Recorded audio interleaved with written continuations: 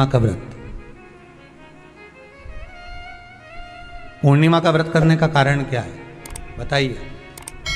आप इतने सालों से कर रही हो, कई माताएं कर रही होंगी पूर्णिमा का व्रत। एक समय फलाहार करती हैं, एक समय भोजन करती हैं। भोजन में खीर का होना जरूरी होता है पूर्णिमा के व्रत में। दूध की सामग्री होना जरूरी होती है पूर्णिमा के व्रत में। 12 महीने की पूर्णिमा करो मना नहीं है। और पूर्णिमा उठाने का भी समय होता है चैत्री। चैत्र के महीने की जो पूर्णिमा होती है, चैत्री पूर्णिमा पहली पूर्णिमा मानी जाती है, इसलिए चैत्री पूर्णिमा को सिद्ध पूर्णिमा कहते हैं, कार्य सिद्धात्री पूर्णिमा कहते हैं, सिद्ध करने वाले। मनोरथी पूर्णिमा कहते हैं, मनोरथी पूर्णिमा। इसलिए पूर्णिमा का व्रत कहां से उठाया जाता है? चैत्र के महीने की पूर्णिमा से पूर्णिमा का व्रत उठाया जाता है कि मैं महीने की पूर्णिमा करूंगी तो वो चैत्र पूर्णिमा से उसको उठा लिया जाता है। पर उसका एक नियम रहता है, आप फलाहार करें अपनी जगह पर है, पर एक समय भोजन कर रहे हैं वो अपनी जगह पर। भोजन के साथ में मीठे के साथ थोड़ा दूध की सामग्री होना जरूरी होती है। और क्यों करते हैं पूर्णिमा का व्रत, किस लिए किया जाता है, क्यों करा जाता है, उसका व्याख्यान वर्णन शिव महापुराण के अंतर्गत स्कंद पुराण में लिखा गया। स्कंद पुराण में वर्णन किया है श्री वेद व्यास जी महाराज ने। कहा यह पूर्णिमा का व्रत इसलिए किया जाता है कि व्यक्ति का जब मन गलत भ्रम में जाने लगता है, मन जब गलत जगह पर जाने लगता है, तो ये मन को गलत जगह पर ले जाने वाला कौन होता है? तो कहा यह चंद्र होता है। व्यक्ति की राशि के अंतर्गत, व्यक्ति की पत्रिका के अंतर्गत, व्यक्ति की ग्रह दशा के अंतर्गत जब चंद्र बेकार चलता है तो व्यक्ति अच्छा करते करते भी बेकार करने लग जाता है। चंद्र डोल रहा है। कई माताएं कहती हैं गुरुजी हमारे बेटे को आशीर्वाद दीजिए, बहुत गलत संगत में जा रहा है, मतलब समझ जाना कि चंद्र गड़बड़ जा रहा है। बेटी अगर गलत मार्ग पर जा रही है, बेटी अगर गलत संगत में जा रही है, किसी अन्य व्यक्ति की ओर आकर्षित हो, चंद्र गड़बड़ हो रहा है, उसका चंद्र कहीं जा रहा है। कोई पुरुष, कोई लड़का कोई गलत मार्ग पर जा रहा है, चंद्र गड़बड़ हो रहा है।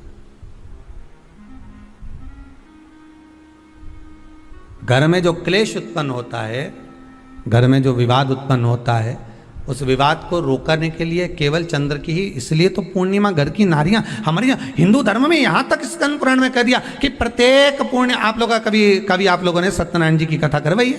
जितने लोग आस्था चैनल पर कथा सुन रहे हैं, जितने लोग फेसबुक यूट्यूब पर कथा सुन रहे हैं, यूट्यूब पर कथा का श्रवण कर रहे हैं, उनने कभी सत्यनारायण की कथा करवाई होगी। तो उसमें लिखा है हर कार्तिक, हर पूर्णिमा को, हर संक्रांति को ब्राह्मण सत्यनारायण भगवान की कथा या राजा या वैश्य कथा को कराता था या बढ़िया कथा कराता। सुनी कि नहीं सुनी ये बात? सत्यनारायण भगवान की कथा में लिखा है, स्कंद पुराण के अंतर्गत जो सत्यनारायण भगवान की कथा का स्मरण किया उसमें लिखा है प्रत्येक संक्रांति पूर्णिमा को सत्यनारायण की कथा करवाने लगा और ये योनि को प्राप्त हुआ, इस योनि से छूटा, इस योनि में गया। लिखा है, सब कुछ लिखा है। अब उत्ते से समझ जाओ कि पूर्णिमा को सत्यनारायण की कथा करने का बोला है, तो पूर्णिमा को सत्यनारायण की कथा का क्यों बोला? वैसे तो रोज कराओ सत्यनारायण जी की कथा, प्रतिदिन कराओ, मना नहीं है। आप क्या कोई विशेष फंक्शन है आप सत्यनारायण जी की कथा करवा, पर पूर्णिमा संक्रांति को और संक्रांति को पूर्णिमा को सत्यनारायण की कथा का स्मरण क्यों करवाया गया? क्योंकि पूर्णिमा के दिन अगर ये भगवान का व्रत रख लेगी, पूर्णिमा के दिन अगर ये खीर का प्रसाद बना लेगी, थोड़ा सा दूध की कोई सामग्री बना लेगी और भगवान को भोग लगा देगी, भले सत्यनारायण भगवान के भाव से बनाए, भले सत्यनारायण जी के निमित्तार्थ बना, पर अगर इसने सत्यनारायण भगवान के निमित्त से बना, पर पूर्णिमा के दिन अगर ये व्रत रखेगी, उपास रखेगी या कोई सामग्री बनाकर भगवान की पूजन कर लेगी, तो इसके घर में जो अशांति है वो शांति में बदल जाएगी। इसलिए कई घरों में आज भी सत्यनारायण भगवान की पूजन हर पूर्णिमा को करती है। माता किताब लेके बैठ जाती है, तुरंत तुरंत उन्हें ऑफिस जाना, कहीं काम पे जाना, और तुरंत उसने जल्दी जल्दी कलश रखा, कलश नहीं भी रखे तो भगवान की पूजन कर को रखे, ब्राह्मण देवता को बुला लेगी, ब्राह्मण नहीं आएंगे तो खुद कर लेगी, पर करती जरूर है। इतना सा आटा सेक लेगी, पंजेरी बनाई, सीरा बनाई, मिठाई रख दो, कुछ भी करेगी पर सत्यनारायण की कथा कर ले। उसका मन लग गया उसमें, मतलब पूर्णिमा को करना है। उसको करने से क्या होता है? शांति रहती है, शीतलता रहती है।